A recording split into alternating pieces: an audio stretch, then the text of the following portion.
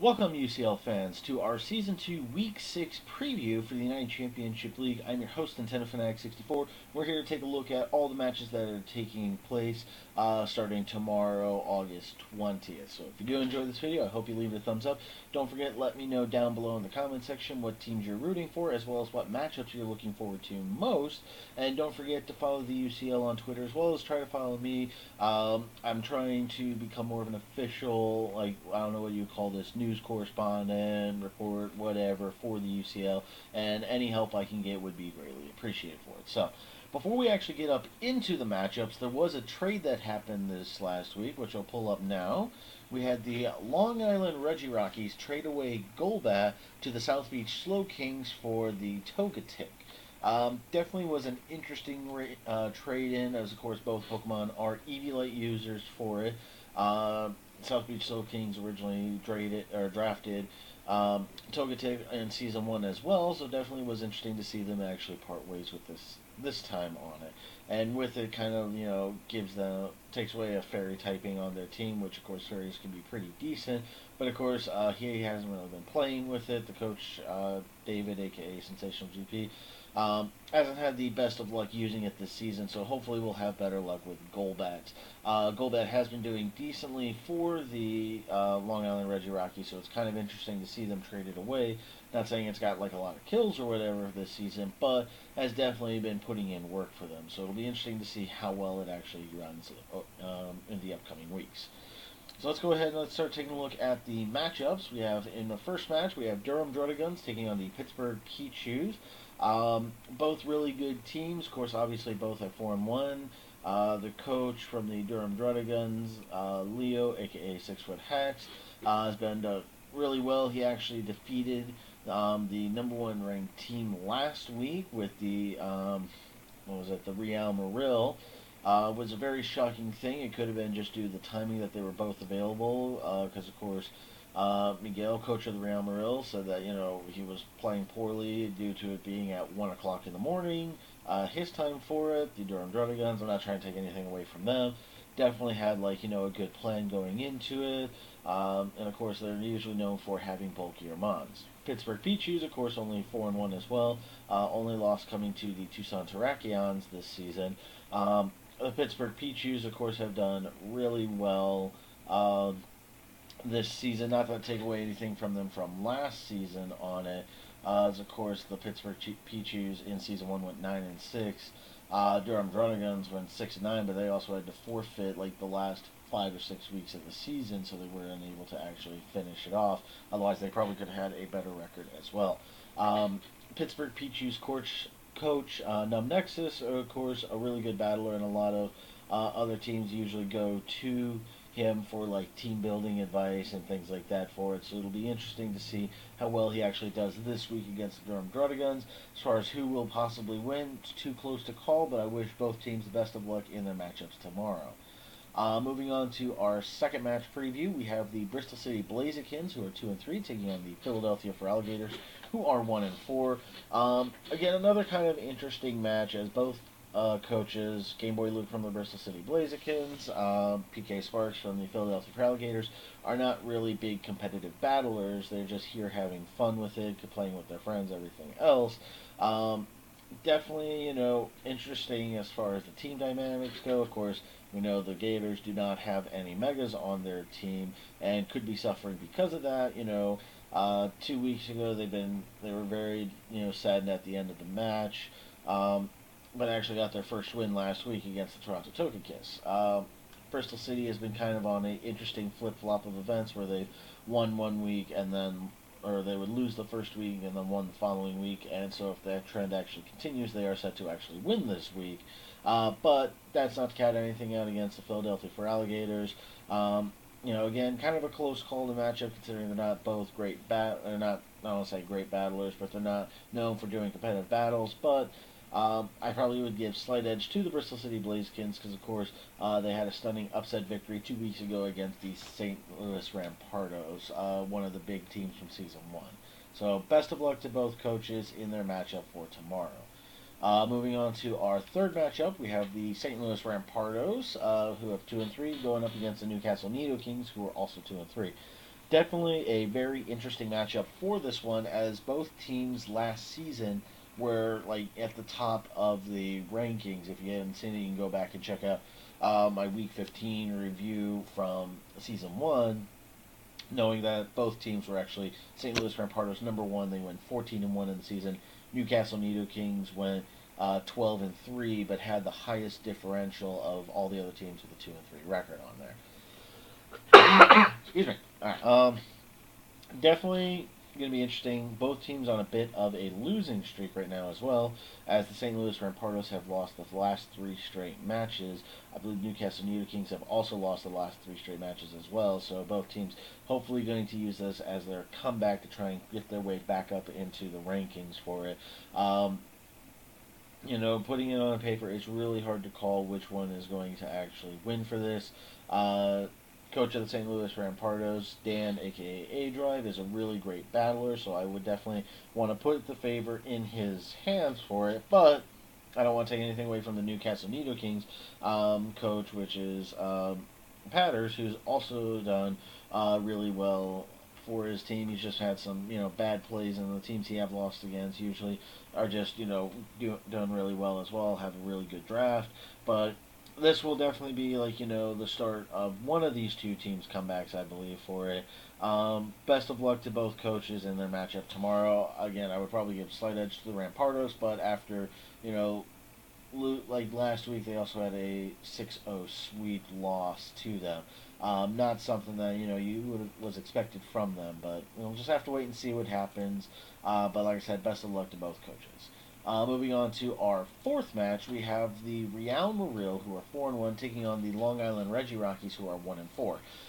Definitely will be an interesting one. I don't remember if both teams have ever met before in the GBA, because I know both of them have come over from the GBA in the past. The Real Marill, of course, have done really well for themselves, only losing last week for their first loss. At the same time, you can say it's excuses, you can call it whatever you will. They lost mostly due to the fact that, he was, I believe, in the process still of moving all of his stuff. He was paddling at 1 a.m. at his time for it, just didn't get a chance to prepare properly, whatever have you. Definitely is still a strong team and, can expect to do a lot of good things. Long Island Reggie Rockies, of course, like I said, they had that trade for the Toki, so can definitely try and use that to his advantage. Hopefully, if he plays if he uses it this week and has it better against the Real Marill versus the time that David used it when he went up against Miguel, where he did not have any fairy stab on it, only had Psyshock, so is good for helping slow down the Megaladios from the Real Marill, but we'll just have to wait and see how it goes down. Of course, like I said, Coach Nips from the Long Island Reggie Rockies does very well with his team prep. He just hasn't had the best of luck in his actual final matchups for it. So hopefully can pull something out. But of course, good luck to Miguel from the Real Marill, aka Mega Mogwai. He's also done really well. He's more excited for this than he was his GBA draft that he had this last season for them. So that he's excited to be here and is looking to do rather well with them. So, but that's our 4th matchup for the week. Moving on to our 5th matchup, we have the Toronto Toki, who are 2-3, taking on the Bronx Sparetix, who are 4-1. So again, kind of an interesting dynamic here. The Bronx Sparetix only loss so far was to the Real Marill. Toronto Toki, 2-3 right now, so kind of still a decent record for them. It's going to be really good dynamics for this to see how well the teams actually do. Of course, the Toronto Toki, coached by the Heated Mo, who's also known as the Hacks God, and has some decent mons that can take out some of the Bronx Sparetix threats. With like Jirachi, being that Steel Psychic type, can be really strong against the Kyurem Black.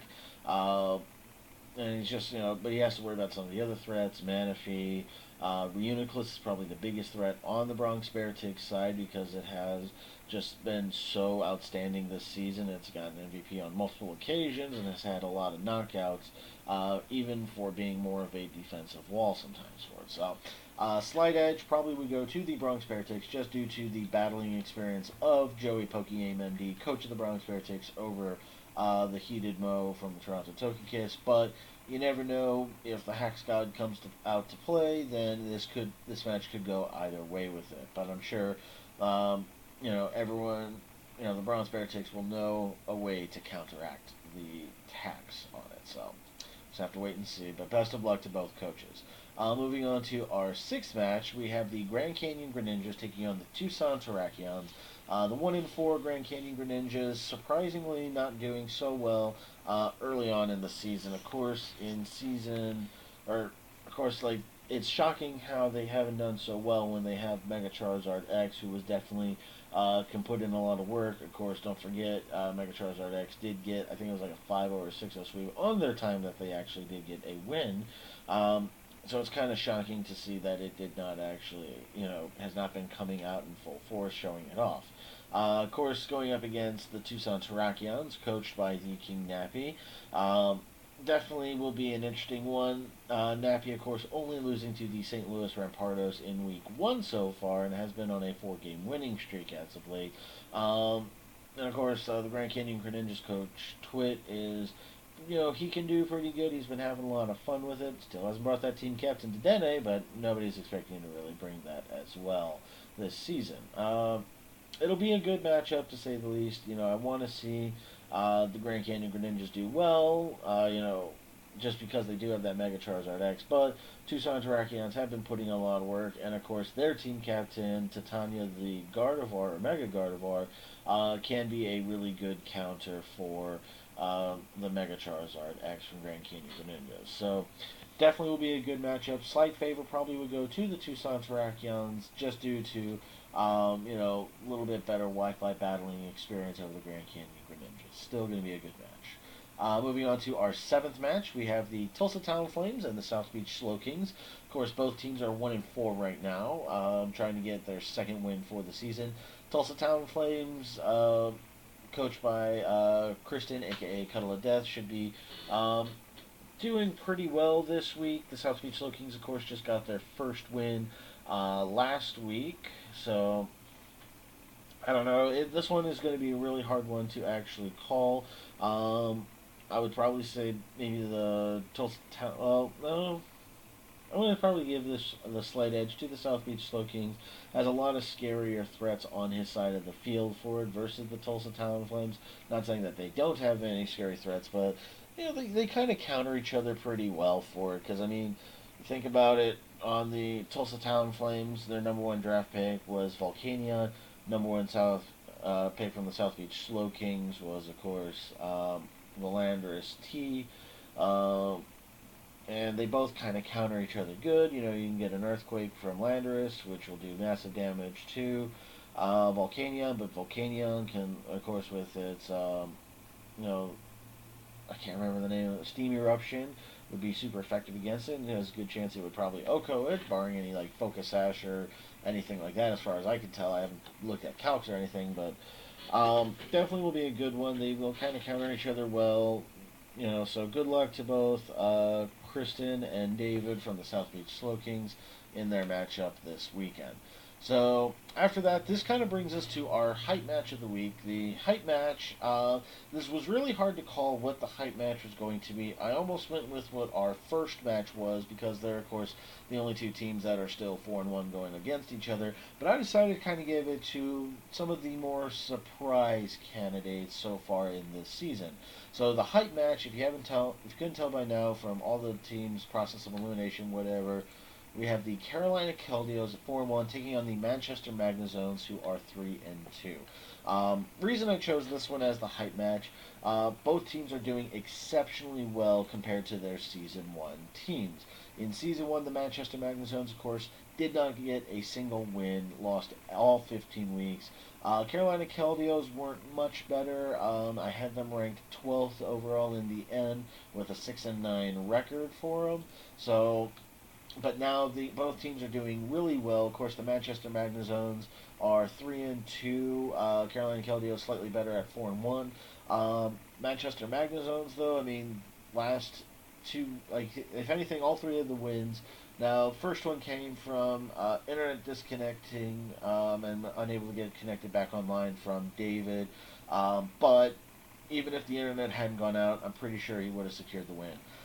2 weeks ago, went up against, I believe that was against the Gators, and ended up winning due to forfeit on it. So again, match didn't go completely played out, but you can guarantee that there was no way that the Philadelphia Gators were going to come back and win. And this last week, if there were any proof at all that they couldn't go through the full match, of course, last week the Manchester Magnazones went up against the St. Louis Rampardos and got that 6-0 sweep. Biggest thing here is the Manchester Magnazones. All of their wins have come from one of their Pokemon. Usually it was the Mega Latias, but last week it was the Meloetta pulling out a Calm Mind. Usually it's multiple Calm Minds. Last week it was only one Calm Mind, and then it just kind of sweeps through the rest of the team. So he manages to get a setup on either the Mega Latias, or if he brings another setup, Calm Mind with Meloetta again, there's a good chance the Manchester Magnazones will continue with this 3-game winning streak that they've been having. Carolina Keldios are definitely no slouch with it, though, currently at 4-1, and can put in a big threat with their Mega Scizor, who also managed to get its 10th kill this last week as well. So definitely can put in a lot of work. It is going to be a really good matchup. I cannot wait to see how these two teams will perform for it. And like I said, I just kind of went this with the hype match because even though maybe both coaches aren't, as popular as some of the other ones on here, might not have the battling experience as some of the other coaches on here, they have been doing rather well this season. I can't wait to see how well they actually will finish with this as well. Like I said, both teams were near the bottom of the bracket, and right now both are actually in at least top 8 for both of them. So it'll be real interesting to see. I cannot wait to see this match. So that will be our hype match this week. So thank you all very much who have watched this all the way through. If you do enjoy, like I said, please leave a like. Don't forget, let me know down below what matchups you're looking forward to this weekend.